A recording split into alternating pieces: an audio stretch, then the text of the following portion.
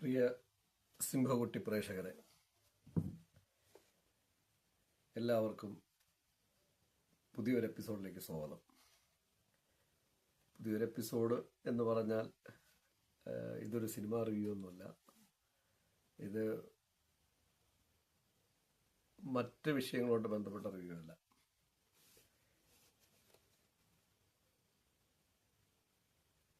March 8 ഇതാ പോയ March, അതായത് 2 ദിവസം മുൻപ് മാർച്ച് 8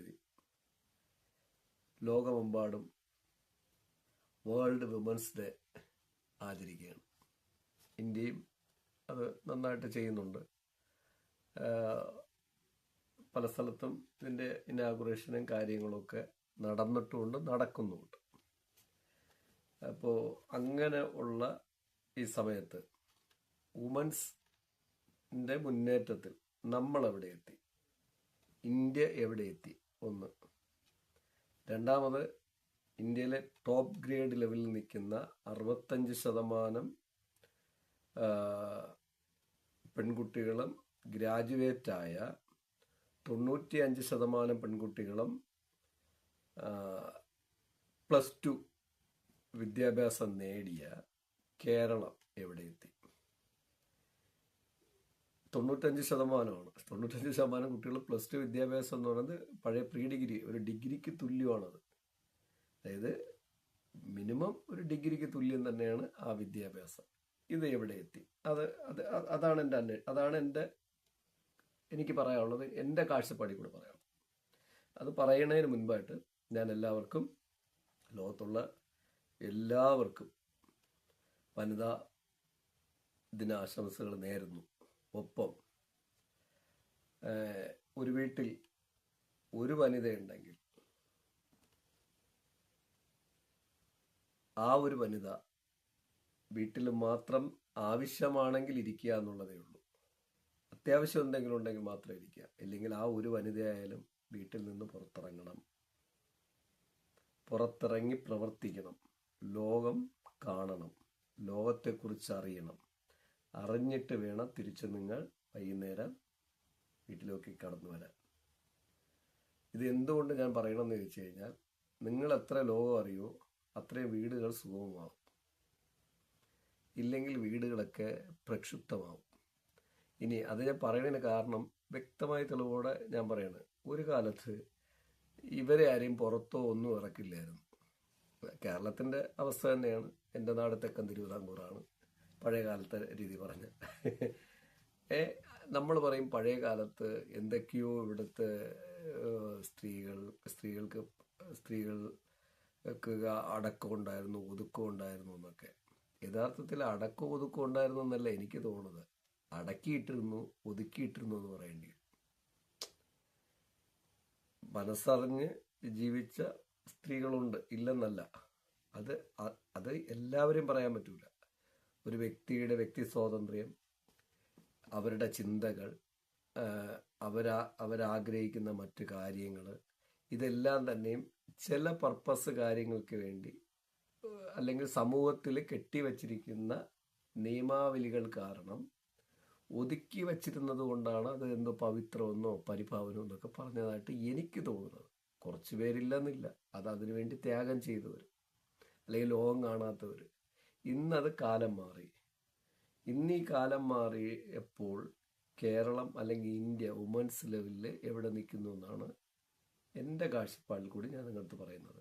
ഈ പഴയ കാര്യം ഞാൻ ഓർമ്മിപ്പിച്ചതെന്ന് പറഞ്ഞു കഴിഞ്ഞാൽ, എല്ലാവരും പഴയതിൽ എന്തോ വുമൻസിന് എന്തൊക്കെ ത്യാഗ മനസ്ഥിതി എന്നൊക്കെ പറയുന്നത് സ്ഥിരം കേൾക്കുന്നുണ്ട്. അതിനോടൊന്നും എനിക്ക് യോജിപ്പൊന്നുമില്ല. അങ്ങനെ ഒരു ത്യാഗ മനസ്ഥിതിയും അല്ല അതിനകത്തുള്ളത്. 10, 15, 20% സ്ത്രീകൾക്ക് ആ ത്യാഗ മനസ്ഥിതി ഉണ്ടായിരുന്നു പറഞ്ഞാൽ ഒന്നും അറിവില്ലായ്മ ഉണ്ടായിരിക്കാം, അല്ലെങ്കിൽ അവർ പേടിച്ചിട്ടായിരിക്കാം. ബാക്കി 80% പേര് സ്വാതന്ത്ര്യം ആഗ്രഹിച്ചവരും വിദ്യാഭ്യാസം ആഗ്രഹിച്ചവരും മറ്റെല്ലാ വിധത്തിലും തന്നെ പ്രകൃതിയിലെ ഒരു ജീവിക്കുന്ന പോലെ ജീവിക്കാൻ ആഗ്രഹിച്ചത് തന്നെയാണ്. പക്ഷെ സമൂഹത്തിൻ്റെ ചുറ്റുപാടുകൾക്കുള്ളിൽ നിന്നുകൊണ്ട് അവർ ലോക്ക് ചെയ്യണം. എന്നെ നിങ്ങൾ പിടിച്ചിട്ടൊരു കൂടുണ്ടാക്കിയിട്ട് അതിനകത്ത് ലോക്ക് ചെയ്ത എൻ്റെ അവസ്ഥ എന്തായിരിക്കും? അതിനെക്കാളും വലിയ ഉദാഹരണമൊന്നും പറയാനില്ലല്ലോ. എൻ്റെ മാനസികാവസ്ഥ, എൻ്റെ ജീവിതം ഇങ്ങനെ നമ്മൾ ലോക്ക് ചെയ്യുമെന്ന്, എൻ്റെ എല്ലാം അതിനകത്ത് ബ്ലോക്ക് ആവും. നമ്മൾ ലോക്ക് ചെയ്യുമെന്ന് നമ്മൾ ഉറപ്പിക്കുമ്പോൾ എന്താണ് ചെയ്യുന്നത്? നമ്മൾ അഡ്ജസ്റ്റ് ചെയ്യും. അഡ്ജസ്റ്റ് ചെയ്യുമ്പോൾ എന്താണ് സംഭവിക്കുന്നത്? അതായത് ഒരാളിൻ്റെ കുറച്ച് പേരുടെ പർപ്പസ് ആവശ്യത്തിന് വേണ്ടി ബാക്കിയുള്ളൊരു ജീവത്യാഗം ചെയ്യുന്നു എന്നൊക്കെ ഇതിനെ പഴയതിനെ കുറിച്ച് എനിക്ക് പറയാനുള്ളൂ. അതൊരു വലിയ സംഭവമായിട്ട് ഉയർത്തിയൊന്നും ആരും കാണിക്കണ്ട. അതൊക്കെ ഒരുതരം അടിമത്വമായിരുന്നു. നല്ല അന്തസ്സായിട്ട് പറഞ്ഞാൽ അടിമത്വം തന്നെയായിരുന്നു. അടിമത്വം മാറുമ്പോൾ അതിൻ്റെതായ കാഴ്ചപ്പാടുകൾ മാറും. ചിലപ്പോൾ കുറേ കാലമായിട്ട് അടിമത്വത്തിലോട്ട് കടന്നവർ പെട്ടെന്ന് സ്വാതന്ത്ര്യം കിട്ടുമ്പോൾ അതിലുണ്ടാവുന്ന പ്രശ്നങ്ങൾ സൃഷ്ടിക്കപ്പെട്ടേക്കാം. അത് സമൂഹത്തിൽ പ്രതിഫലിക്കും. ഇത് വനിതാ ദിനത്തിൽ ഞാനത് നിങ്ങളുടെ അടുത്ത് പറയണതെന്ന് ചോദിച്ചു കഴിഞ്ഞാൽ, ഇന്ന് നമ്മൾ സ്ത്രീകൾ എത്ര കണ്ടും മാറി എന്നാണ് നോക്കുക, എന്നാണ് എൻ്റെ കാഴ്ചപ്പാടിൽ കൂടെ. ഇപ്പോൾ കേരളത്തിലെ സംബന്ധിച്ച്, ആദ്യം കേരളത്തിൽ നിന്ന് തുടങ്ങാം. കേരളത്തിലെ സംബന്ധിച്ച് ഞാൻ പറഞ്ഞ 95% കുട്ടികൾ വനിതകൾ ഇപ്പോൾ +2 പ്രീ ഡിഗ്രി ലെവലിൽ നിൽക്കുകയാണ്. 65% കുട്ടികൾ ഗ്രാജുവേഷൻ ലെവലിൽ നിൽക്കുന്നു. അതിനേക്കാളുപരി അവർ PG ടോപ്പ് ലെവലിലോട്ട് പോയിക്കൊണ്ടിരിക്കുന്നു.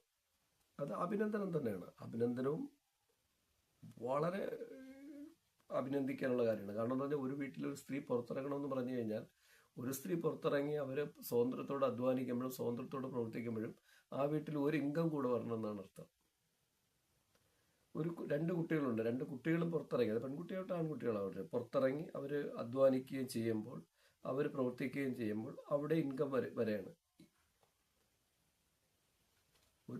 ഇതിൻ്റെ വ്യത്യാസം എന്ന് പറഞ്ഞു കഴിഞ്ഞാൽ, ഒരു വീട്ടിൽ 4 പേര് ഇൻകം കൊണ്ടുവരുമ്പോഴത്തേക്ക് രാജ്യത്തിൻ്റെ വരുമാനമാണ് വർദ്ധിക്കുന്നത്.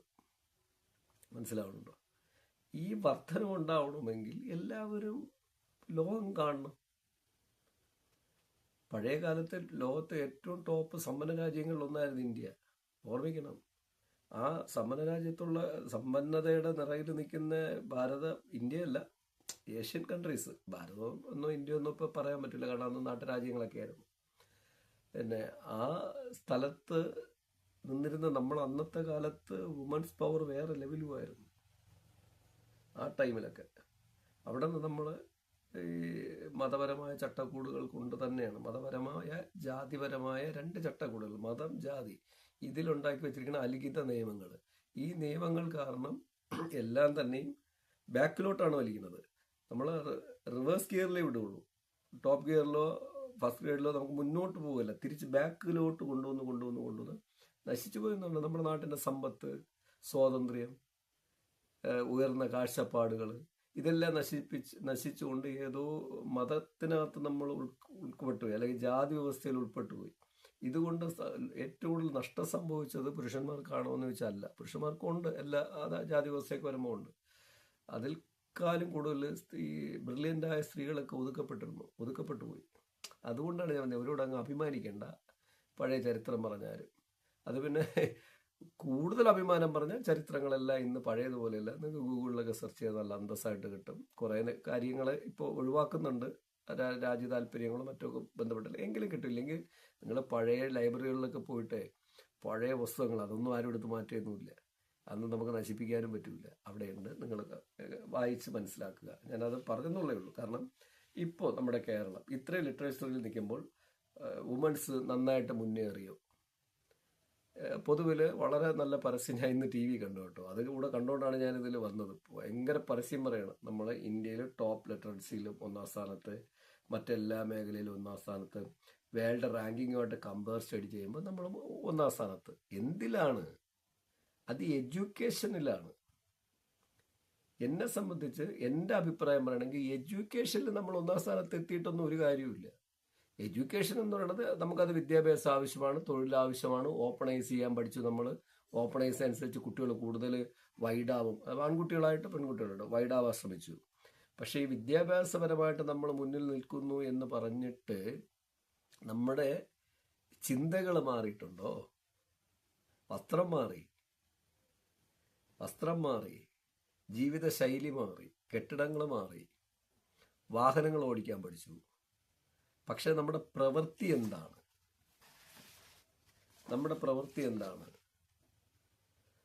പ്രവൃത്തിയിൽ മാറ്റം വന്നിട്ടുണ്ടോ? ജാതി വ്യവസ്ഥയിൽ എത്ര മാറ്റം വന്നു? മതത്തിന്റെ ചട്ടക്കൂടിൽ ഇത്ര മാറ്റം വന്നു. ഇതൊന്നും വേണ്ടെന്നല്ല, വേണമെന്നുള്ളത് വെച്ചോ, മാറ്റം വന്നു. പിന്നെ വിദ്യാഭ്യാസത്തിന്റെ മാറ്റമാണെങ്കിൽ അത് സമൂഹത്തിൽ ഓപ്പണൈസ് ചെയ്യേണ്ട മാറ്റമാണ്. അത് എങ്ങനെയെന്ന് ചോദിച്ചു കഴിഞ്ഞാൽ, രാത്രി 12:30 മണിക്ക് ഒരു പുരുഷനായ ഞാൻ റോഡിൽ കൂടി യാത്ര ചെയ്യുകയും എനിക്ക് ഇഷ്ടമുള്ള സ്ഥലത്ത് യാത്ര ചെയ്യാൻ പറ്റുകയും ഞാൻ യാത്ര ചെയ്ത് മടങ്ങി തിരിച്ചും പോരും. പ്രശ്നങ്ങളില്ലാത്ത സ്ഥലങ്ങളൊന്നുമില്ല, എല്ലാ ലോകത്തെവിടെയും പ്രശ്നങ്ങളുണ്ട്. അതുപോലെ 12:30 1 മണിക്ക് നിങ്ങളുടെ മക്കളെ, പെൺകുട്ടികളെ, 14, 15, 17, 12, 13, 18 വയസ്സായ പെൺകുട്ടികളെ നിങ്ങൾക്ക് റോഡിലിറക്കി വിട്ട് നടന്നു വരാനും, ഒരിടത്ത് പഠിക്കാൻ പോയിട്ട് തിരിച്ചു വരാനും, ജോലിക്ക് പോയിട്ട് സധൈര്യം മടങ്ങി വരാനും മറ്റുമുള്ള സ്വാതന്ത്ര്യം ഉണ്ടോ? ഇപ്പോൾ ഉണ്ടോ? ഇവിടെ കേരളത്തെക്കുറിച്ചാണ് ഞാൻ പറയുന്നത്. ഞാൻ കേരളത്തെ തെറ്റായിട്ട് പറയണല്ലേ. എല്ലാത്തിനും ടോപ്പിൽ വന്നപ്പോൾ ഇത് പരസ്യം നമ്മളെല്ലാം പറയാണ്, നമ്മളെല്ലാത്തിനും ടോപ്പിലാണെന്ന്. അങ്ങനെ ഉണ്ടോ? ഞാൻ നിങ്ങളുടെ അടുത്താണ് ചോദിക്കണത്. ഉണ്ടോ? നടക്കണുണ്ടോ ഇവിടെ?